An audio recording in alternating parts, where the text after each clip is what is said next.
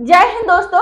देखिए, पिछले वीडियो में हमने आर्टिकल 213 डिस्कस किया था, जिसमें क्या पढ़ा था हमने कि विधानमंडल का कोई सत्र ना चल रहा हो तो राज्यपाल अध्यादेश लाते हैं। ठीक है, हमने कंडीशंस देखी थी, क्यों कैसे किस मतलब प्रोसेस देखा था, कैसे अध्यादेश लाया जाता है, कंडीशन क्या होती है। आपने वीडियो ना देखा तो वीडियो देखिएगा। देखिए, हम पढ़ रहे हैं भारतीय संविधान का भाग 6। ठीक है, वो अध्याय 4 कंप्लीट हुआ था, आज अध्याय 5 स्टार्ट करेंगे, जिसमें आता है आर्टिकल 214 से स्टार्ट है इसमें।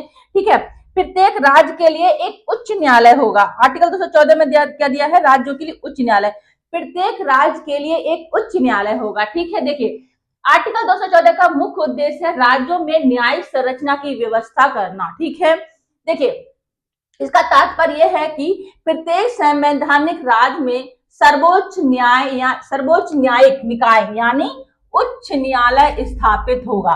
ठीक है, देखिए राज्यों के स्तर पर अपीलीय मूल एवं अन्य न्यायिक कार्यों के लिए यही उच्च न्यायालय मुख्य होता है। ठीक है, देखिए इस प्रावधान से नए राज्यों को भी अपना उच्च न्यायालय मिलता है। अगर कोई नए राज्य की स्थापना होती है तो इसी आर्टिकल से स्वतः ही उच्च न्यायालय मिलता है। ठीक है, देखिए एग्जाम्पल देखिए, भारत में नए राज्य बने जैसे कि छत्तीसगढ़, झारखंड, उत्तराखंड, तेलंगाना, इसके लिए भी आर्टिकल 214 के तहत स्वतः ही उच्च न्यायालय मिला इनको। अगर कोई भविष्य में कोई नया राज्य बनता है तो उसमें भी इसी आर्टिकल के द्वारा उच्च न्यायालय स्थापित होगा। ठीक है, देखिए आर्टिकल 231 के तहत संसद दो या दो से अधिक राज्यों, संघ शासित प्रदेशों के लिए साझा उच्च न्यायालय की व्यवस्था भी कर सकती है। दो या दो से अधिक राज्यों के लिए भी एक उच्च न्यायालय की व्यवस्था कर सकती है आर्टिकल 231 के तहत। जब हम आर्टिकल 231 पढ़ेंगे तो हम इसको डिटेल में पढ़ेंगे। ठीक है जी, देखिए आर्टिकल 214 के अनुसार संसद नए राज्यों के लिए यदि नया राज्य स्थापित हुआ है तो उच्च न्यायालय सुनिश्चित करती है।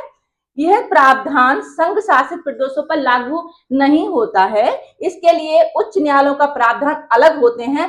आर्टिकल 241 और 231 में दिए गए हैं संघ शासित प्रदेशों के लिए उच्च न्यायालय की व्यवस्था। हम इनमें आर्टिकल पढ़ेंगे तो हम इन चीजों को डिटेल में पढ़ेंगे। ठीक है, देखिए मुख्य न्यायिक टिप्पणियां क्या है। न्यायालय ने अनुच्छेद 214 की व्याख्या करते हुए स्पष्ट किया है कि प्रत्येक राज्य में केवल एक ही उच्च न्यायालय होगा। ऐसा नहीं है एक राज्य में दो उच्च न्यायालय होंगे।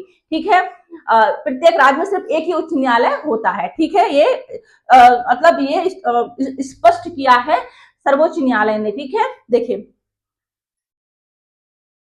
महाराष्ट्र बनाम नारायण केस था में सुप्रीम कोर्ट ने कहा था कि अनुच्छेद 214 के तहत एक राज्य में